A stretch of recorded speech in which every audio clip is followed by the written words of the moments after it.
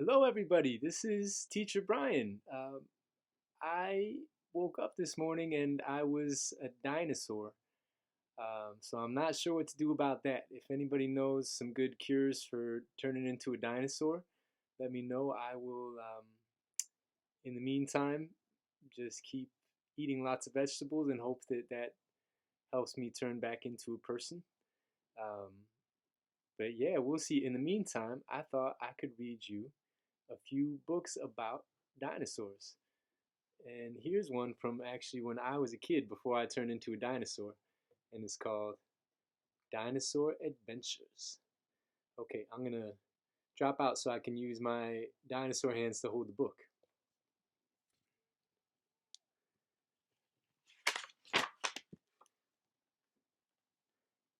The star of this book is Brian Jordan, with love from Jamie. That's my big sister. Merry Christmas, 1991.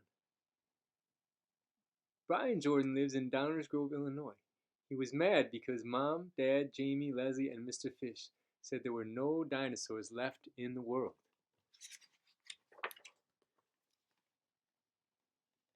They spent the day playing games with toy dinosaurs and watching a dinosaur movie on TV. As Brian fell asleep, his mind was full of dinosaurs.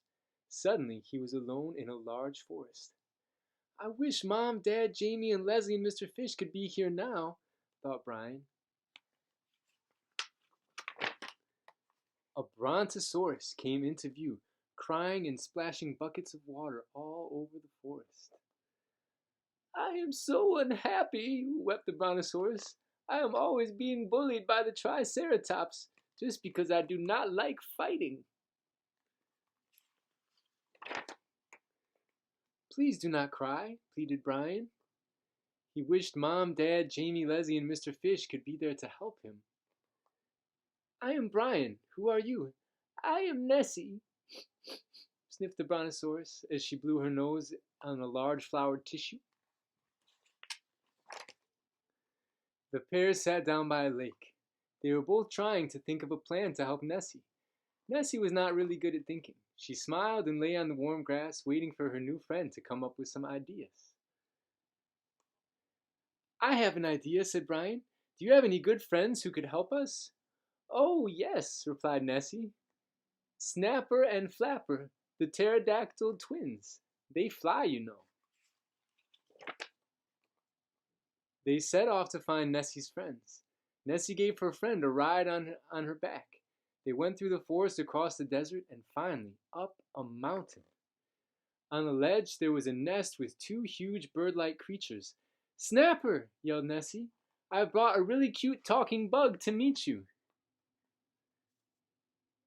Do you like the story so far? It's about me, before I became a dinosaur. Can I eat it? Asked Snapper as he swooped down the mountain. Stop, yelled Brian. I am not a bug. I am here to help Nessie, not to be your dinner. Snapper was joined by Flapper, and they listened politely while Brian explained his plan to teach Triceratops a lesson. They would pile stones on both sides of the deep canyon, and oops, and when the Triceratops entered the canyon, the stones would be pushed off to frighten them. It happened as they planned. The Triceratops ran away crying. They were very sorry and would never bully Nessie again. Brian woke up and hurried to tell everyone about his wonderful adventure. You can be sure the friends will meet again soon on another adventure. Wow, was that a good story or what? Um, well, I am going to go and try and figure out how to turn back into a human. But, well, actually, maybe first, I could read one more little dinosaur book over here. Let's see.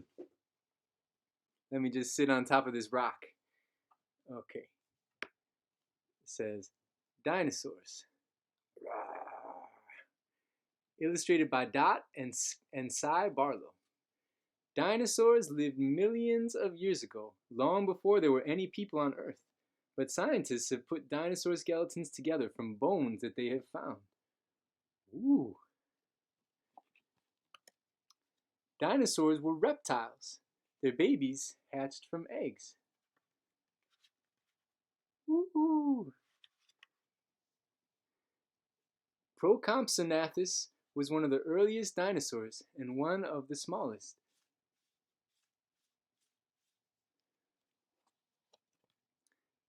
Monoclonius had one horn. Strichosaurus had 6 sharp spikes growing around his neck. Ooh. There's a Monoclonius, and there is Styracosaurus. Excuse me. The longest dinosaur was Diplodocus. From the tip of the tail to the top of the head, the largest ones measured 90 feet. That's a big guy. Some dinosaurs, like Stegosaurus, ate only plants. Hey, you're just like me. There were dinosaurs that lived on dry land, and one of these was Protoceratops.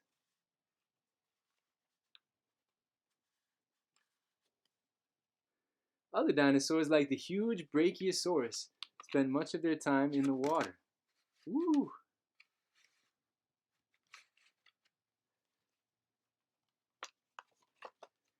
Putting a dinosaur skeleton together takes hard work and lots of special knowledge and skill. Whoa, look at that. The end. Well, I hope you liked all my stories today, and I hope that you have sweet dreams, and make sure to eat your vegetables so you don't turn into a dinosaur like me. Just kidding. Bye, everybody.